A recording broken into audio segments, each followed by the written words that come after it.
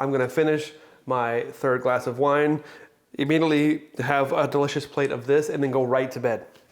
Which is really good for weight loss, by the way. You have food and then you go straight to bed. It's perfect. Today, I am very excited to cook the beef shank, also known as the hammer of Thor. Look at this guy. Let's start cooking it. All right, so the hammer of Thor is a beef shank. When you get it from Porter Road, not sponsored, this is called Frenched or cleaned. And when it's cut, this cut is often called by butchers like the beef shank, the beef shin, whatever. This is a low and slow item. A lot of connective tissues in here, a lot of like collagen.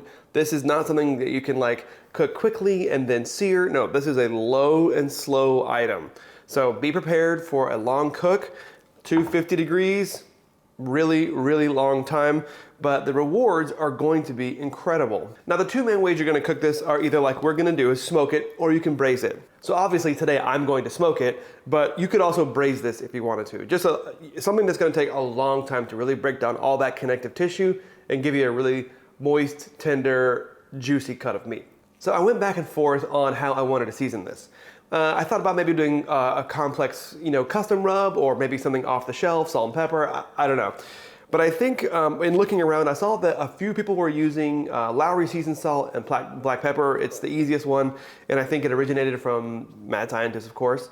So I think I'm gonna do that. I'm gonna do the seasoned salt and the black pepper because it's a flavor profile that I'm familiar with, and I'll be able to season the meat really well, as well as get a flavor for what the meat actually tastes like. So that's kind of the main goal. And in preparation for seasoning, I did see that a lot of people were trimming off this silver skin and fat, and then kind of using some twine to kind of hold it all together. But when I checked out the Bearded Butcher's cut of this, when they cut this, they didn't, and they just kind of left it all on there for that to render and break down. So that's what I'm gonna do. If the butcher leaves it on, I'm gonna leave it on. So we're gonna do that. So let's season this up. It's super simple. I'll cover this in Lowry seasoned salt, coarse ground black pepper, and then we'll get it on the smoker at 250. So let's season her up, see how she does.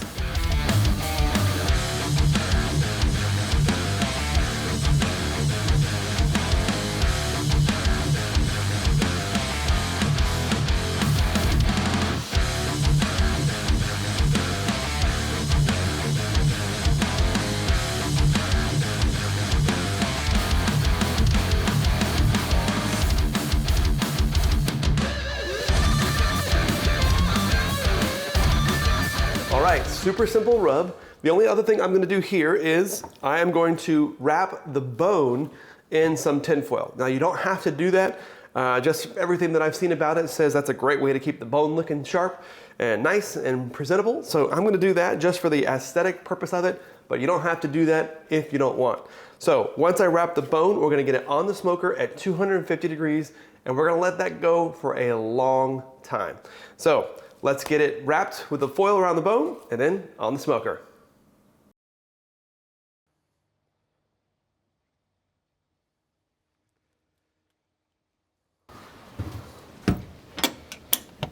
All right, so we've got it on the smoker. We're gonna let it go for at least 3 hours without even checking on it.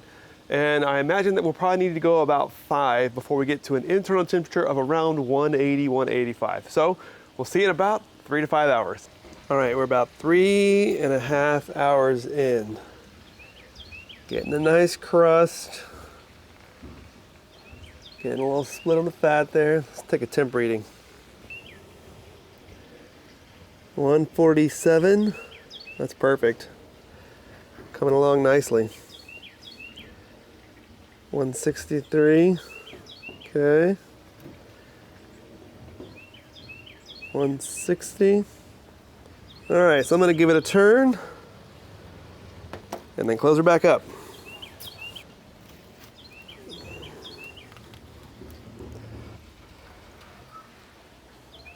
All right, with the sun in the worst possible place for a film shoot, it is now time to wrap after about 7 hours. So we've got the meat finally probing at about 185. We're starting to get that tenderness that we're looking for. We still have another 15, 20 degrees to go. So I'm gonna wrap it up, use some beef tallow to keep that nice mouthfeel. I mean, this is beef, my favorite thing to use for that. So we're gonna get it out, we're gonna tallow it up, wrap it up, and get it back on the smoker for until about 200. I might shoot for 203, 205. So let's get that going in there, and then we will see what it's looking like. So let's get it out.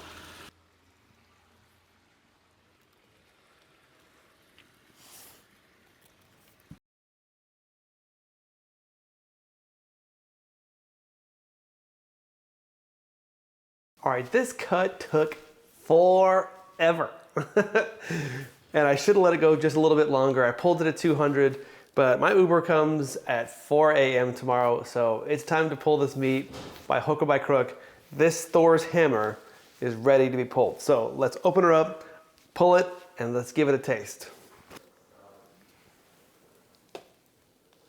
Thor's hammer, right here. All right, so let's see how we did here. Does it come off? Oh yes, it definitely does. Look at that. Pulls right out. I could have gone about 3 degrees more, I think. But let's take a quick look. Pulls very easily. Very little effort here.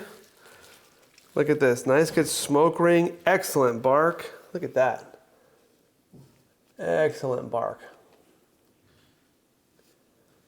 Let's get another piece where you can see the good smoke ring from the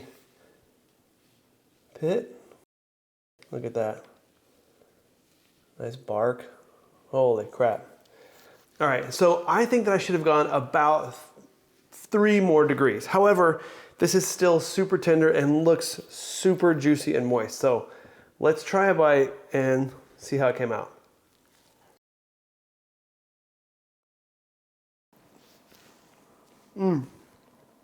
Okay, this is like the beef version of pulled pork. This would make an incredible beef sandwich. And that's exactly what I'm gonna do as soon as I finish wrapping here. I'm gonna put this on a sandwich between 2 pieces of bread. I'm probably gonna toast it, squish it down, and just enjoy all that goodness. Now, this being my first run at the beef shank, I'm incredibly pleased. Like anything else from Porter Road, it's incredibly high quality meat. It's dry aged, it's delicious, it's tender. I will say that this being my first run, I will absolutely agree that the main thing is that you give this a lot of time to cook. You can't rush this one. It's ornery, it's tough, a lot of connective tissues. But that said, even going to 200, I still got a great result. So I recommend going to 203, 205, but I still got a delicious set of meat. Now, the other thing that I would do again is if I'm gonna use the Lowry's, I would also use another base of salt like you normally would anyway. So I would do kosher salt, then the Lowry seasoned salt, and then the pepper. That said, I still got, even on the charcoal offset, a great crust. So let's just, for the sake of it, just try another piece to make sure that, the first one wasn't a fluke. So I've got a really delicious piece here. Well, look at that tender, juicy flavor. Look at it. Love it. All right.